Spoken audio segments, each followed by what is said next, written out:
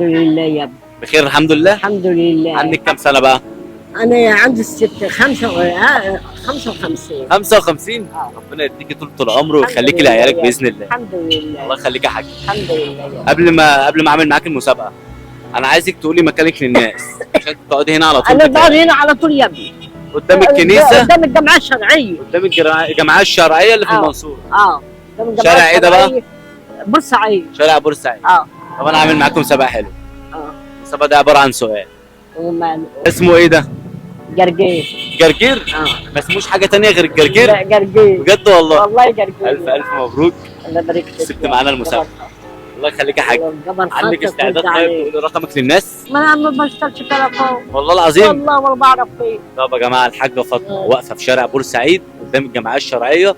كل اهل المنصوره تيجي تشتري منها زرع، تشتري منها جرجير وبصل. وانما حد بيجي يشتري مني يا ابني، ما باخد الحاجه لا، واروحها. الناس دي كلها تيجي تشتري منها.